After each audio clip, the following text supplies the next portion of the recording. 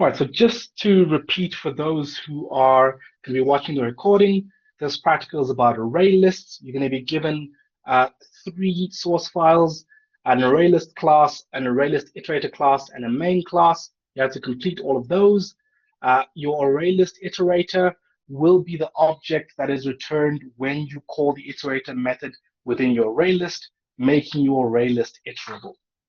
Then for the main class, you're going to be creating a closest petrol station finder.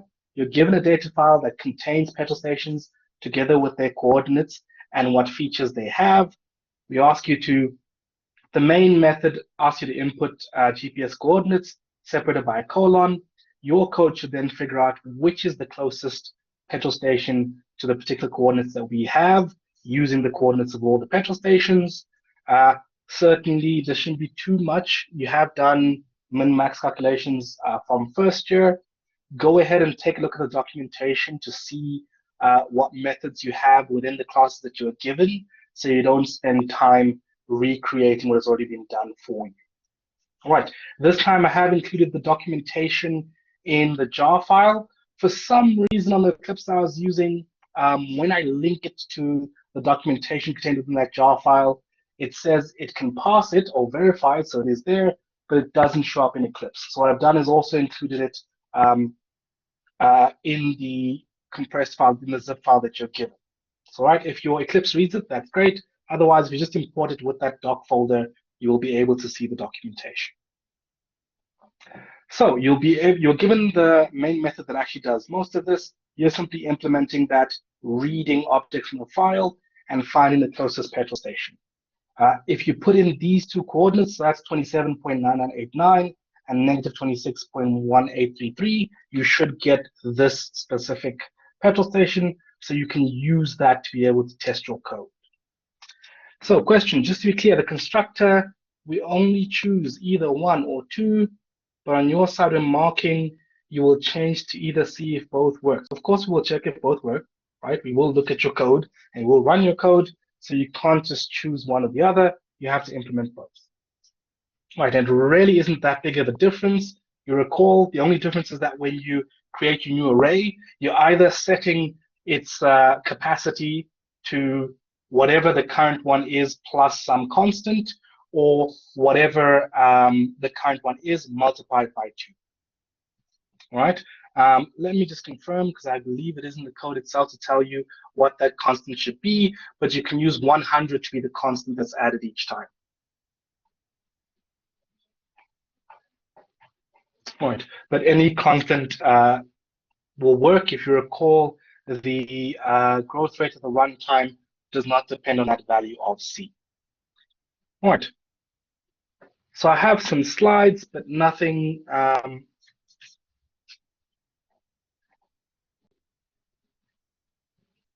there we go. Simply outlining what it is you have to do for each of the classes. So for the ArrayList iterator class, you will recall that I said that the Java interface for an iterator also has a remove method optionally. We don't ask you to implement that. So we have a remove method that does nothing. That's just to keep Java happy for that interface. We're going to ask you to implement has next and next. So to check if it has one, and then to go and actually access that next one. Petrol station is in the .jar. No, it's not. Oh, it may well be in the .jar as well, because we're in the project when I was busy on it, but it's actually the top level directory of the folder that you're given. So if you do as we did last week, which means extracting that which you're given, changing the folder name to your student number, going ahead and copying that to the Eclipse working directory, then creating a new project with the exact same name, your student number underscore P5, so it'll then import that particular one, and the jar file and the petrolstation.db file are in the top level directory. Eclipse will notice that they're there and automatically add the jar file to your class path, and also meaning that you'll be able to access the database without having to give any relative location. It will be there in your top level directory, which is the root of your path for execution. All right. So how do we select Java 11 on Eclipse if you have both 11 and 8 installed? Okay, that's a good question. Um, all right, I'll switch over to my machine and I'll show you. There are actually two things you can do, but I'll show you how to do that. Then in the array list class, I'm going to ask you to implement the add method. Granted, remember, you have to check if you have to expand your array. You also have to shift things to the right. The shifting method has been given for you, so you just have to worry about that expanding. The remove method, again, you'll have to shift things, but that's given for you. And then the actual expand array method, which we'll call, or you might have to call when you add something to your particular array list. Please, you're not allowed to add any other methods. We've made it a little different to what's in the text. Stick to what you're given, do the work that is required within each method, and do not add additional methods. Then the iterator method, which will simply create and return an object of that array list iterator type that you will have to implement as well. So with the add method, we do both cases. Well, depending on which type was selected, which type of expansion was selected, you will do one of them. Obviously, you'll have to have code to do both, but that will have to depend on some conditional which was selected. All right. There is an instance variable called strategy. That's the one that gets instantiated to that particular one. The constructors are given for you, so you don't have to worry about that. But you will use that as the decider for your conditional statement to decide whether you're going to double or increment it by a fixed value. All right. Then, and I believe I mentioned something there. In the expand array, you can inner loop copy from the old array to the new array, but you can actually, in this case, will allow you to use the system.array copy to copy from one to the other, because we understand that you certainly can copy from one array to another. Then for the main class, I'm going to ask you to implement read petrol station from database. That's where you're actually reading all the petrol stations objects that have been serialized and written to that petrol station's database. Then calculate the closest petrol station. There actually is a method that can help you. Go and look at the Java documentation. So for add, do we keep in mind that you might add the beginning, ending, or middle? No. Well, you may have to shift things, but just take a look at the shift method because that actually requires for you to send an index where to start shifting from. As for, well, the biggest decider when you're adding is it full? Then if it is, expand it. Otherwise, shift everything and put it where it should be. All right, but you are given the shift method. Do you give us Java doc? Yes, I do. As I said, it's in the jar file, but when I tested it, Eclipse, notice the jar file was there. I could add the location of the doc folder within my jar file, but for some reason it just didn't show when I hover over types that are declared within that.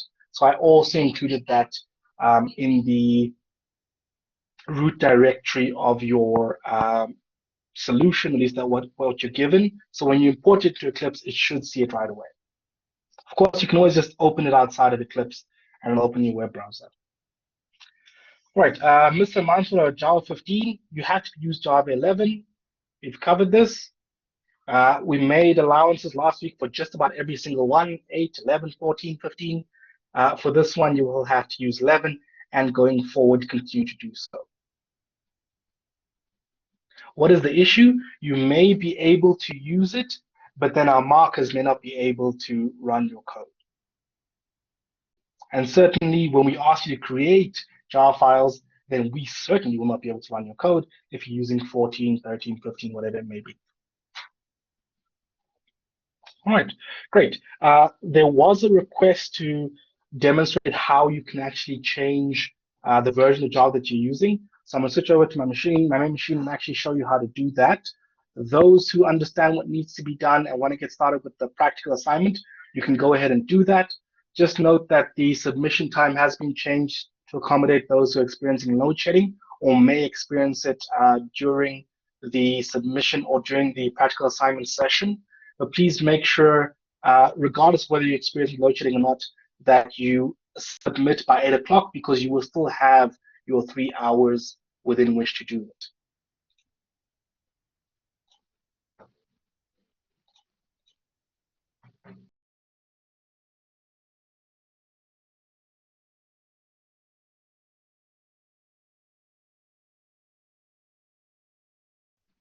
Okay, while I'm just moving to the machine, I see there's a question about strategy.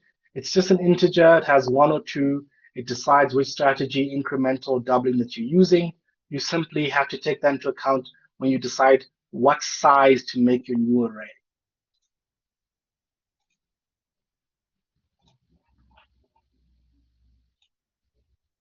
Correct.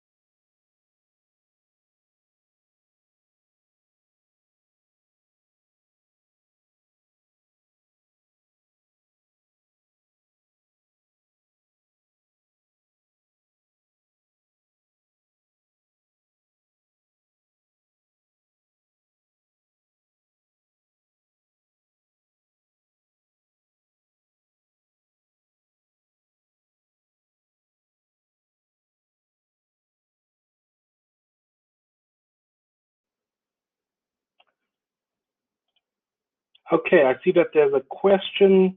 Where can you find the slides? The slides aren't up yet. I'll put them up if you wish. The link for downloading Java 11 only supports Windows, not iOS. You're on a mobile device, all right, or perhaps you mean Mac OS. You can simply Google OpenJDK 11 and you will find a download link for Java 11.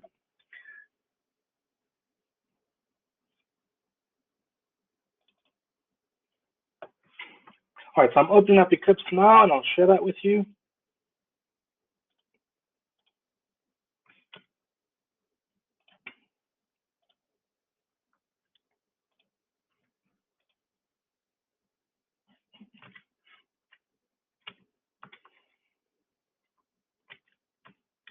I think we may have the same issue where last time when I was opening the different menus within Eclipse, people were not able to see that. So I think I will have to share desktop rather. So let me do that instead.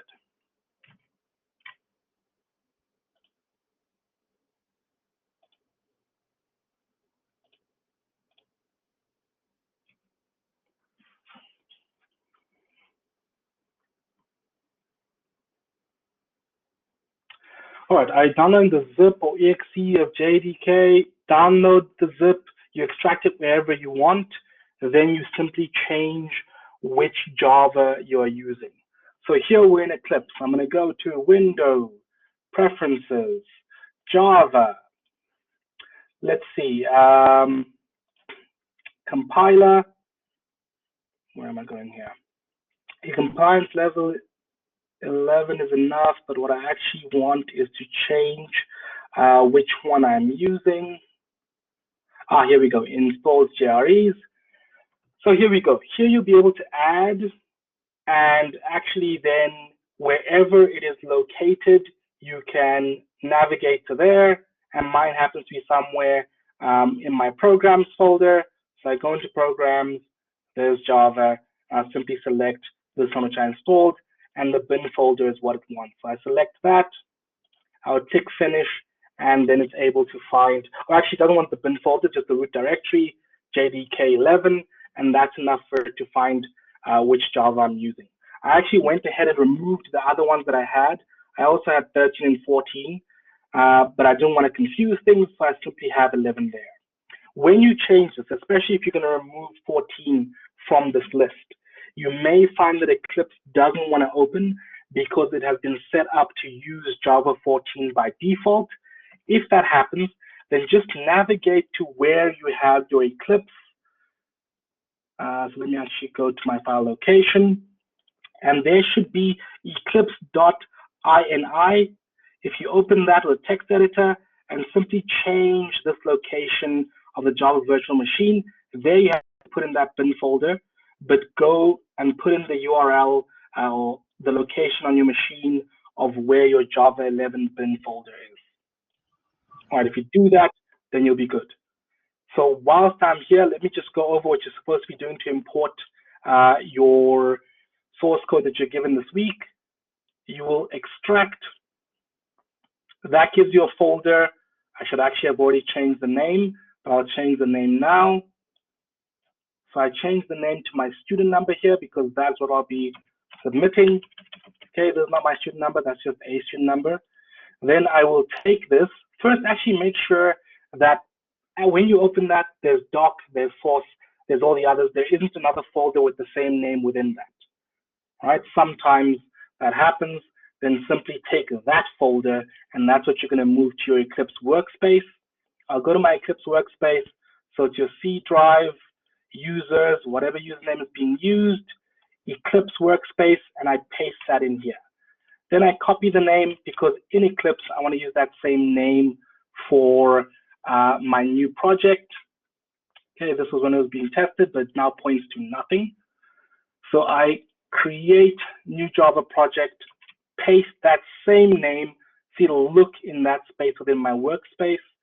I can click finish. If it asks me to use the module name, I'll say don't create. We're not using modularization. So there I will have everything that I require. It's picked up the jar file because you're not getting errors, even though you're using certain types, for example, petrol station, which aren't defined within your source code.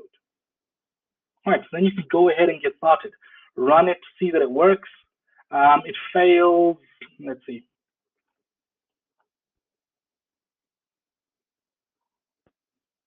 Line 37. Okay, I'm adding to a list that I read from the petrol stations. Okay, it's simply that I'm returning null here. If I was to return just an empty array list of the correct type. Okay, this is not going to actually help you get anything done, but this is just so you can see that it does indeed run. I didn't give it that argument. I won't give it one, I'll just use whatever the default one is, or I can give it 1 or 2. All right, so now it should be working, granted. I haven't actually implemented the code, so it won't actually be able to return to me the nearest petrol station. I'll just quit there. All right, so that should be working. There are some questions. Let me answer those questions. Maybe perhaps just stop sharing so we don't get that. And some questions. Okay, please redo that. You were fast. Okay, I was fast because the second time I'm doing it, but I'll certainly redo it. In the next method, should we check if there's a next element? No, there's a different method for that, has next. You should make sure in your code that you don't use next without checking has next. So next will usually be in a conditional statement that checks if there is a next. All right.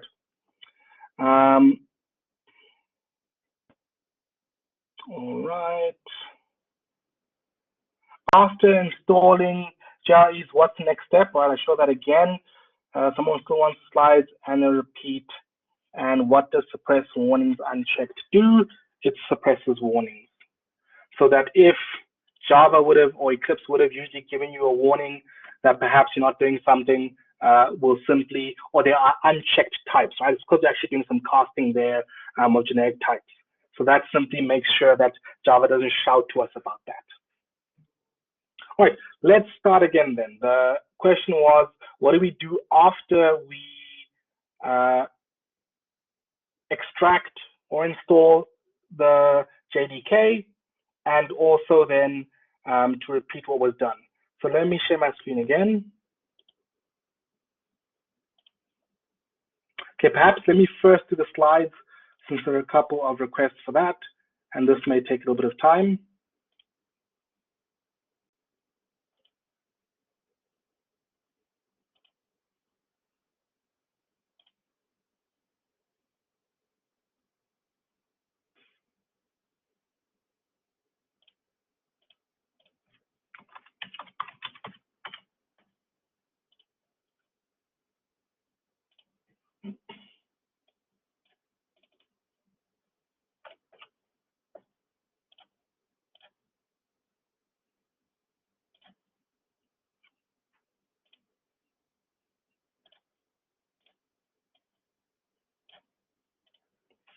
All right, so assignment 5_slides is now in the additional folders. Let me undo what I did on my side so that those who want to see how it's done again will not have an issue. I will delete what's on the disk.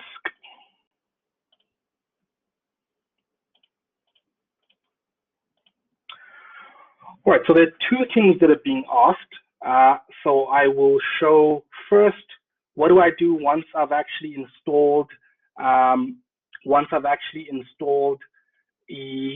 new Java that I want to use, and then just a repeat of what you're supposed to do to get the project into Eclipse and everything working. So let's say, see here I have my Eclipse workspace, nothing, I'll leave that for now since we want to actually take a look at that. So let me go to where I have installed Java.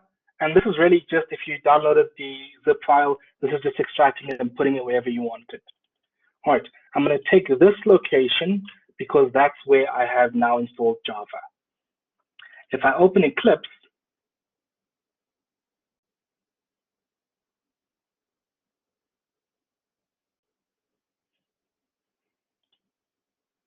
I can now, if I click on Window Preferences, then Java, let me actually open that up, install JREs. I can actually then add here, okay, it's a standard virtual machine. I can paste here where I have it. Granted, that's already in use, so it won't allow me, but you can paste wherever you have installed it, right? Or simply extracted it, depending on whether you use the exe or a zip file. Once you've done that, select that correct one, apply and close. Note, if you download the latest Eclipse and it came with Java 14, then when I close Eclipse and try to open it again after that, I may get an issue that says it can't find Java on your machine. If it does that, just navigate to where you have Eclipse installed. Then this file, eclipse.ini, edit that with a text editor and change this to be where the bin folder within your Java installation is. So this location is pasted over there. All right, that'll make it work. Save that, open Eclipse, Eclipse should then work. Let me actually save it and open Eclipse and see that my Eclipse does work.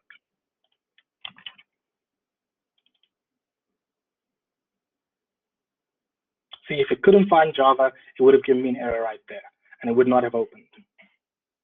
Right, so then those who wanted to see again how you import the project you're given, extract it, change the name to your student number, whatever your student number is. I don't need to show them when they're done. It'll be in the correct location over here on my desktop. I'm going to cut that folder. I'm going to place it within my Eclipse workspace. I'm going to copy the name to make sure I create a project with the same name. Back to Eclipse.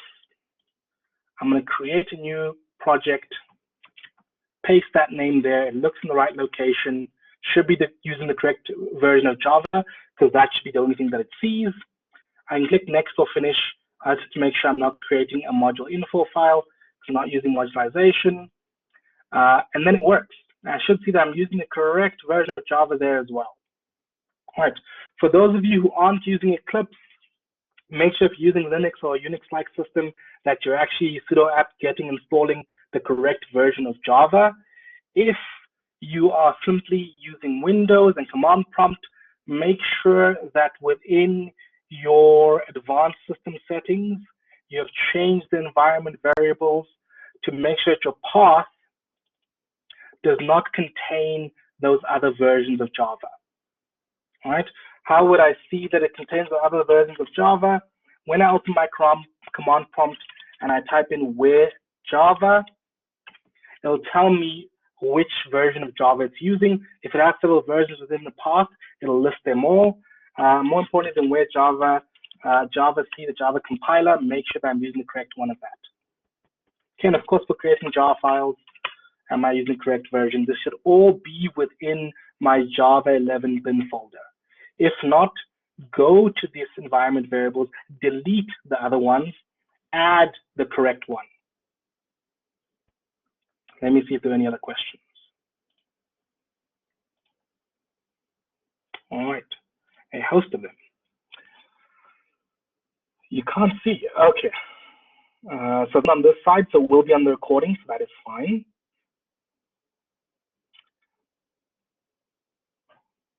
Okay, so it seems there were some issues with everybody being able to see it. Some did, some didn't. So it seems it may be that it was recorded but not displayed while you were looking at it.